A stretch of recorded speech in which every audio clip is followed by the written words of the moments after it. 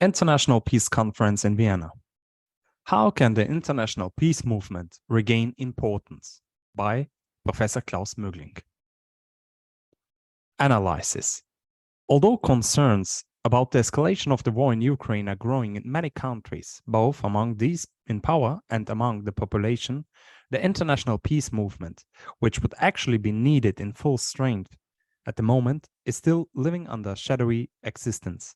What are the reasons for this? What perspectives can be developed for an international peace movement that needs to be strengthened? About the conflictual course of the conference International Summit for Peace in Ukraine, Vienna. On the 10th and 11th June 2023, an international peace conference with about 300 participants from over 35 countries took place in Vienna. The aim of this Congress was to adopt a Vienna Declaration for Peace, but the first problem arose already before the conference. Already 2 days before the conference, the Austrian Trade Union Congress, ÖGB, surprisingly cancelled the already promised rooms for the conference because there were undesirable speakers. The Ukrainian ambassador in Austria demanded the blocking of the rooms and justified this with the participation of the speakers such as Professor Josef, who had a one-sided perspective on the war in Ukraine. He also said that in available papers of the conference, it is clearly missing that sustainable and comprehensive peace is possible only in accordance with international law and liberation of all territories occupied by Russia.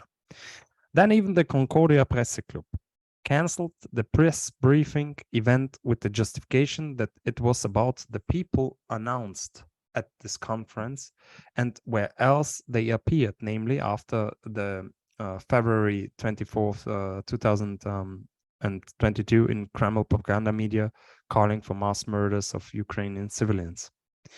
Jeffrey Sachs is certainly quite blind in the Russian eye. He also allowed himself to be invited on television by Russian propagandist Solovyev, an agitator who calls for the attack on Germany, among other countries.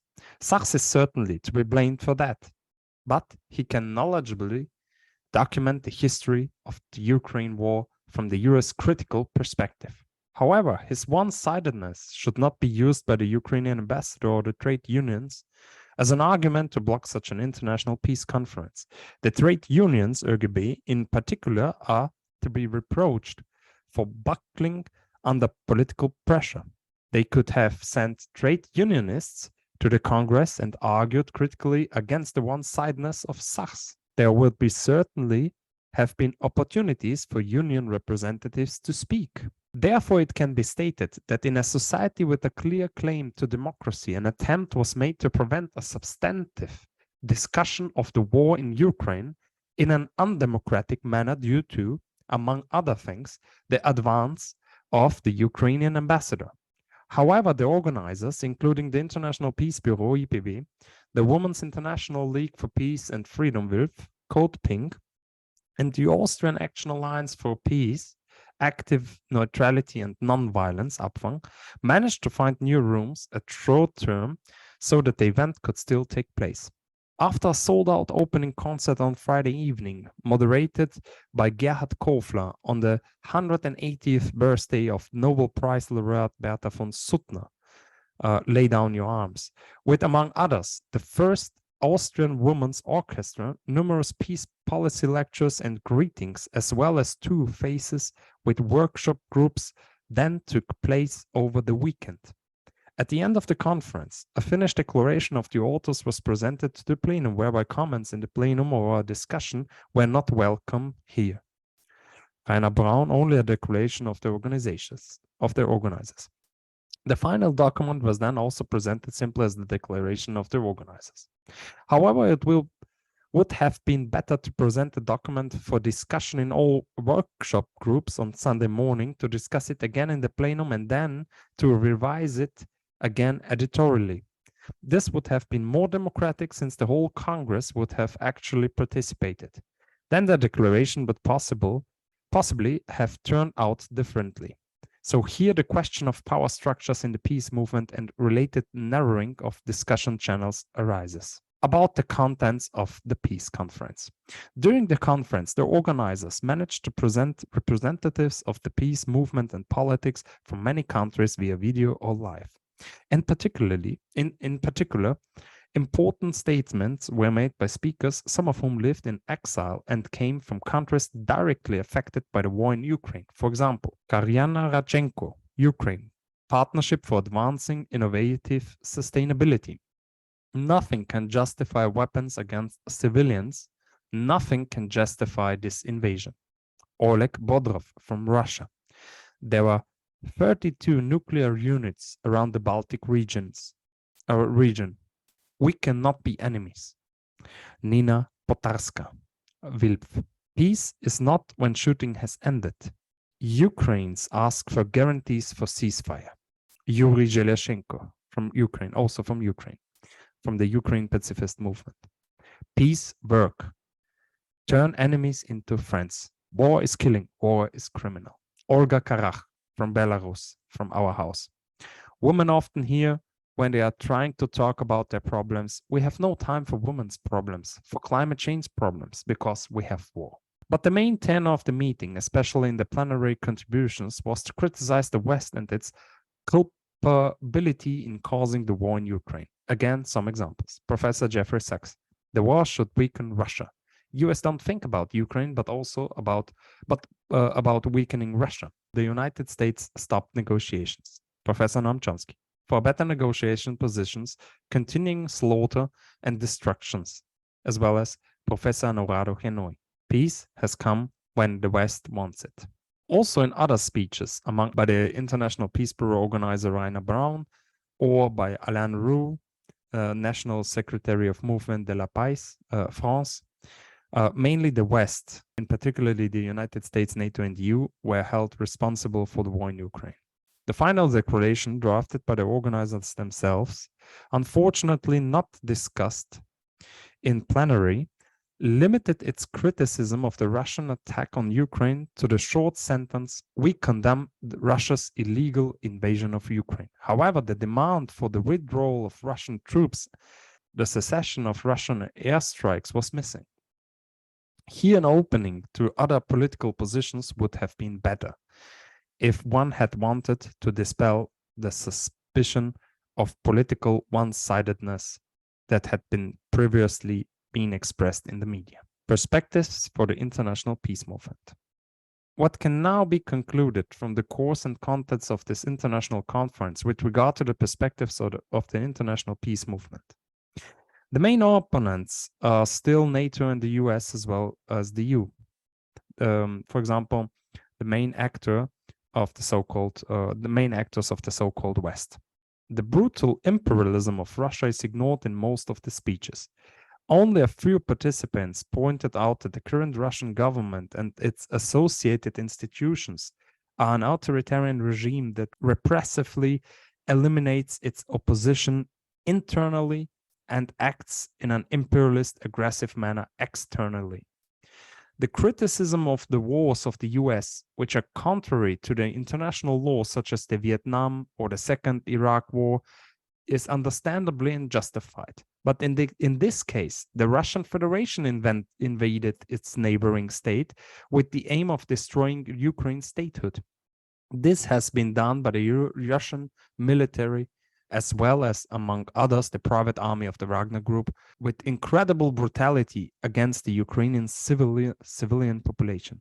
The peace movement should also call a spade if it wants to get out of the ideological dead end and the geopolitical one-sided view in which it still finds itself.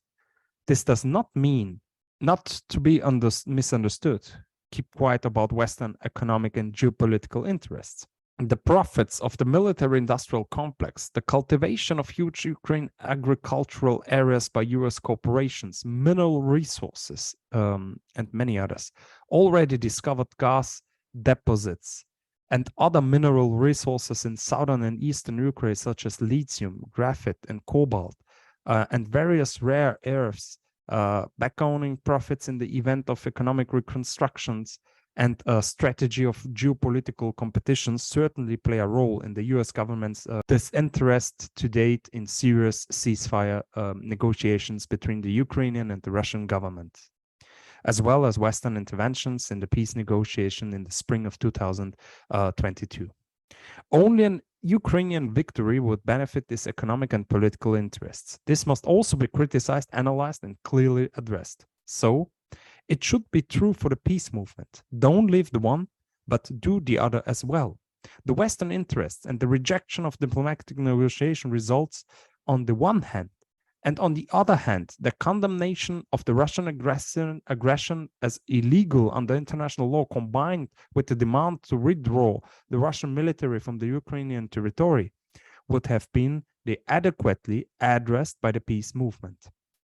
If this can be credibly communicated to the public, the peace movement will be able to come out of the shadows again and gain the support that the brutal problems of war currently being fought around the world deserves.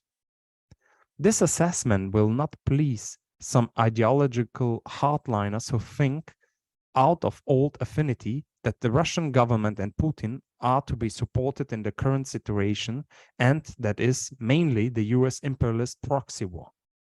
But in the interest of international peace, and also ultimately in the interest of the international peace movement, a critical perspective on both sides is to be demanded. Accordingly, Austrian journalist Anna Guila-Fink writes in her commentary in the daily newspaper Der Standard, "The old peace movement may mean well in its intentions. In fact, everything should be tried to enable serious initiatives for negotiations. Although Moscow is called the aggressor, not everyone concedes Ukraine the right to expel foreign forces from its own country. Even more, Kiev is given complicity in this invasion. This refusal to question the positions of unconditional pacifism is dangerous. It blinds us to Russian war crimes. This were only a marginal topic at the so-called peace conference." Even if the Standard, in the course of its reporting, made partly baseless accusations or failed to report on undesirable matters, an important aspect is addressed here. An unconditional pacifism can lead to a lack of military resistance against the criminal invasion of a country such as Ukraine.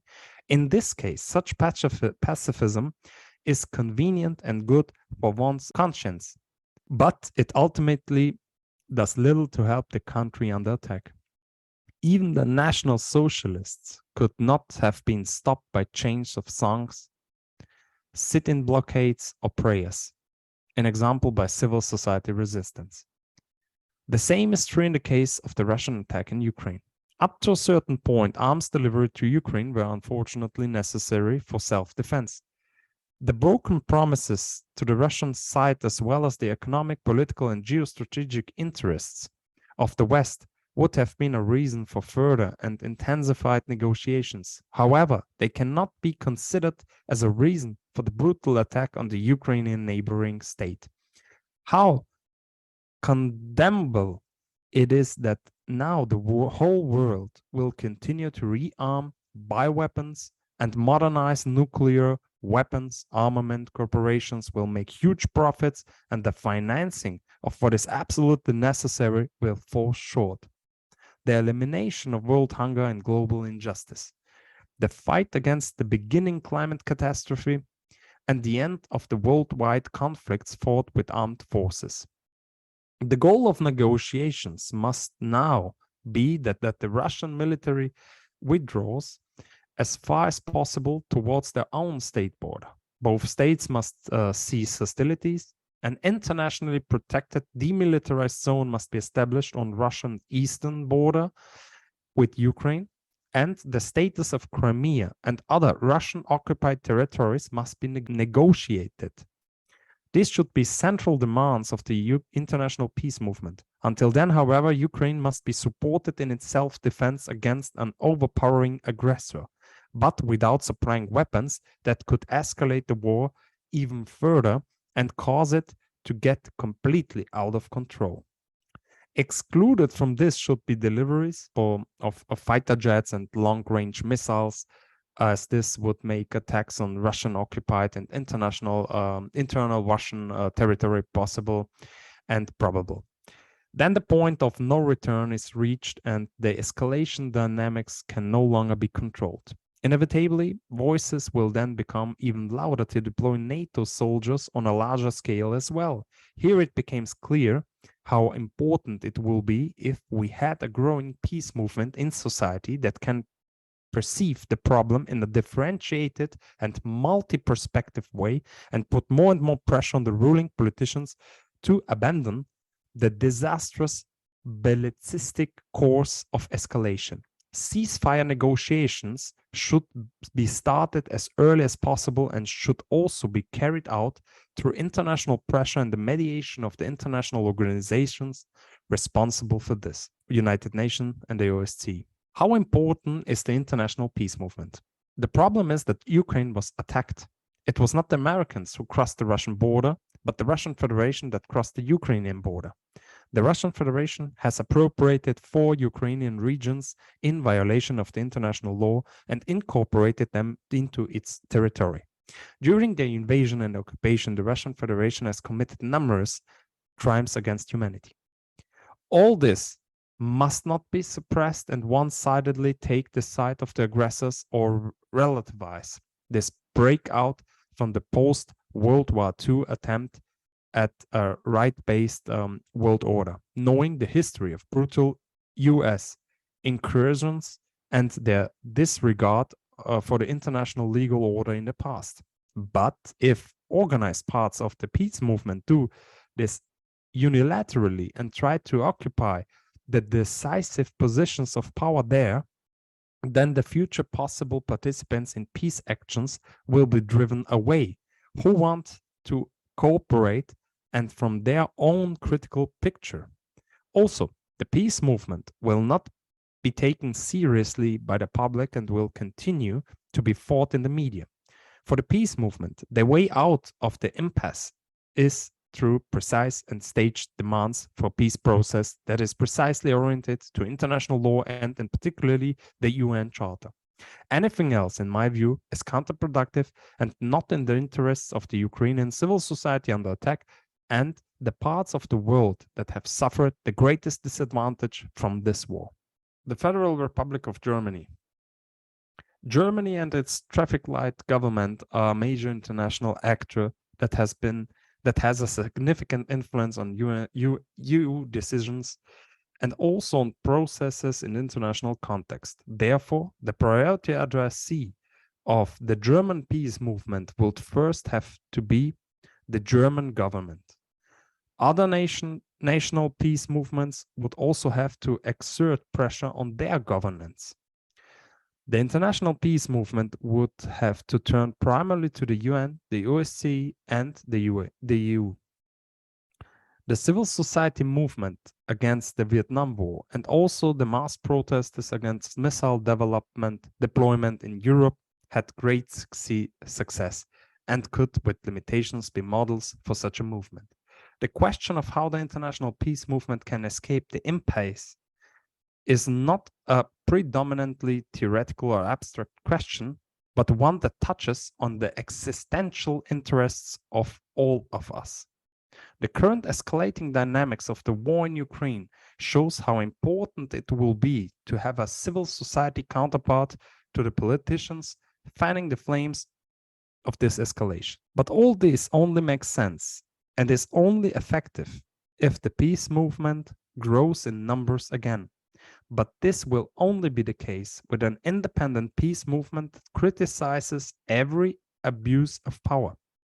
For this, it will be necessary to critically analyze the power structures of the current peace movement and to reconstruct how critical positions are channeled or suppressed by current pivots of the peace movements. A discussion opened to a broader peace policy spectrum is the prerequisite for the growth of the peace movement and the inclusion of people who do not classify themselves as classically left. This involves getting people for the peace movement who came from the middle of society and are active in churches, sport, clubs, trade unions, and political parties. Without these changes, however, the current peace movement will tend to take on a character of a quite meaningless political group without any significant peace policy influence. But this would be fatal because the world needs a strengthened and democratic international peace movement right now. This was the critical reflection from Professor Klaus Moegling, a political scientist and sociologist from Germany.